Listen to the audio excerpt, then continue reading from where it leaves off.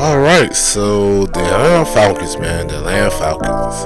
Now, I ain't gonna lie to you guys, man, like, when I was thinking, like, what to say or what to think about when it comes to the Atlanta Falcons, especially with the draft, what they just did, I still kind of don't know what to think of when we're like, thinking about how I'm gonna explain what they did throughout the draft process and stuff like that.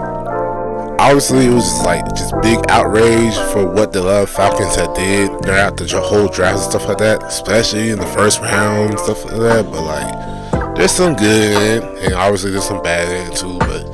But I at least try to make you at least come around and see some of the bigger picture of what's going on with the Atlanta Falcons, and I'm gonna do my best to at least try to cheer up.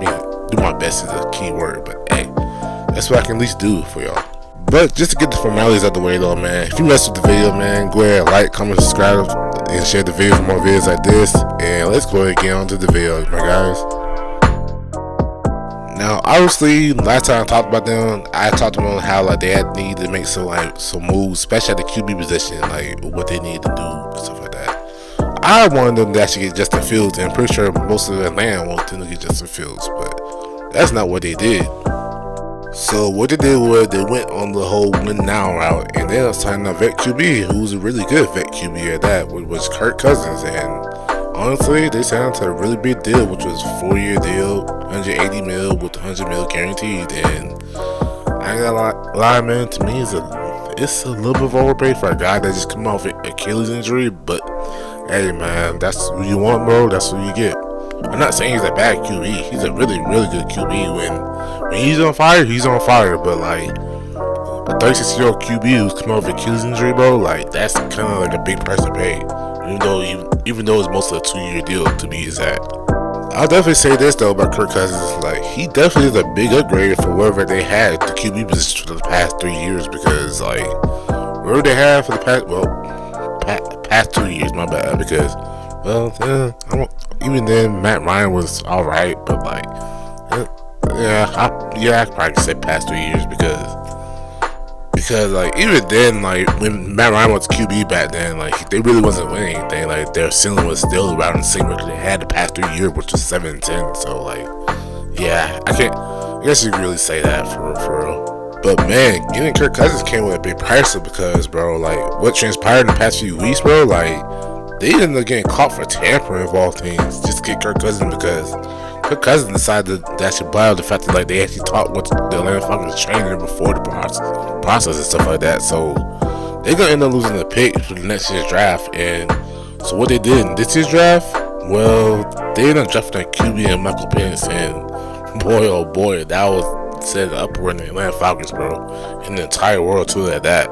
And the Atlanta front office didn't even care either, because they were jumping overjoyed with what they did. Shoot, they're jumping overjoyed, doing backflips and everything just because they had Michael Penix Jr. at the race spot. So it was great for them because they thought he was the second best QB in the draft, second best pure passer in the draft. Let me clarify that. So here's the thing on Michael Penix Jr. This is my opinions on him. I don't think he's a bad QB. I think he's a really good QB, but he kind of reminds me of a left-handed Kirk Cousins, in my opinion. That's what he really reminds me of. But in college, wherever he has pressure in his face, bro, evident AI when he wins Michigan in the championship game, bro, he really starts to struggle big time, because Washington had a really great offensive line in college and stuff like that. So it really shows whenever he struggled, he couldn't handle the pressure in front of him. So I'm not mad at pick, considering the fact that it is a QB and they thought him very highly. So and plus to be fair, if he wasn't going to get taken there, pretty sure the Raiders were going to take him at number 13. So he wasn't going the first round regardless. But hey, that's just a market of how big QB of a need it is for most QBs are, or how valuable QBs are in the league is now. The only real gripe I have was the fact that he's 24 and he's gonna be sitting for at least a minimum of 2 years, and he'll be 26 by the time he'll at least have a chance to start. And so that's the only gripe I have with the Atlanta Falcons taking him.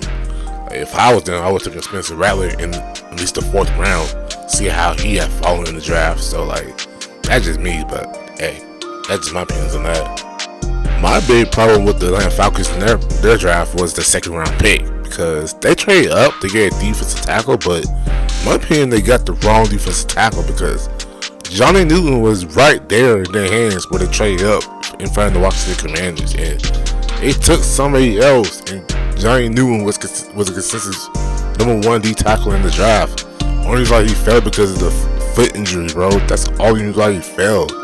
They took somebody else, which made me so mad at that. Like, I get they didn't reach at like getting the edge rusher for the second round pick, and I even heard rumors that I didn't even try to trade up in the first round to try to get edge rusher or something like that. But like, them trade up in the second round just to get a D tackle that wasn't Jazeer Newton when he was still on the board was what really got me mad, because they had him right in their hands, but they chose someone else. And truth be told, I really hope he actually plays good for him. I really do hope so. But like, they had Jazeer Newton right there, but they just didn't choose him, which for some odd reason.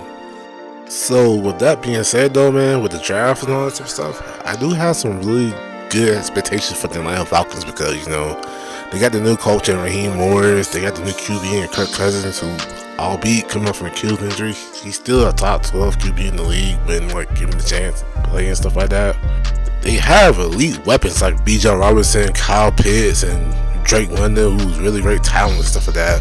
The offensive line is really underrated. One of the best run blocking offensive lines in the league, my ass. So like, they actually like have something there in the offense.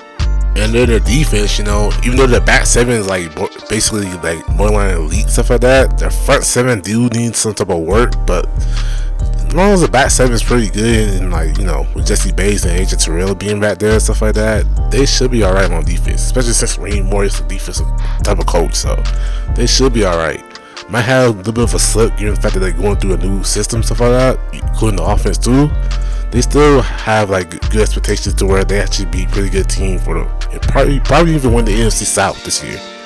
Because really, at the end of the day, bro, like, that's really what the Atlanta Falcons are just gunning for, bro. Just win the division, make the playoffs, and hopefully they make it to the division round and be competitive there, and just go as far as they can with Kirk Cousins. Because every time Kirk Cousins is in the playoffs, like, they just don't seem to make it that far. I don't know why, but they just don't. But to me, that's really their ceiling because of that team. I mean, can they make the conference championship game? Yeah, they can, but like, for like realistic expectations for them though, like division round, like, it's the highest ceiling I could get. But like, them winning the division, such for them, is their expectations for like actual middle ground for them. And even though it's a little bit unfair to Michael Penix, but like, they do have him as a backup QB, where like he will learn under Kirk Cousins. But like, to me, he's really about the same way how he plays like Kirk Cousins and stuff like that. That's how I see him. Hopefully that better version of him, where like he actually wins a lot more games, stuff like that. But like, and obviously more, elusive than him, stuff like that. But he's someone that like really has potential. Even though he'd be probably 26 by the time he starts, I do see really good potential with him. But hey, who knows, man? Like, maybe Michael Penix Jr. has the potential to like, show you what he could do in the preseason, and he might even sway him to actually, start him this year if he's actually that good. Hey, what do you think about that?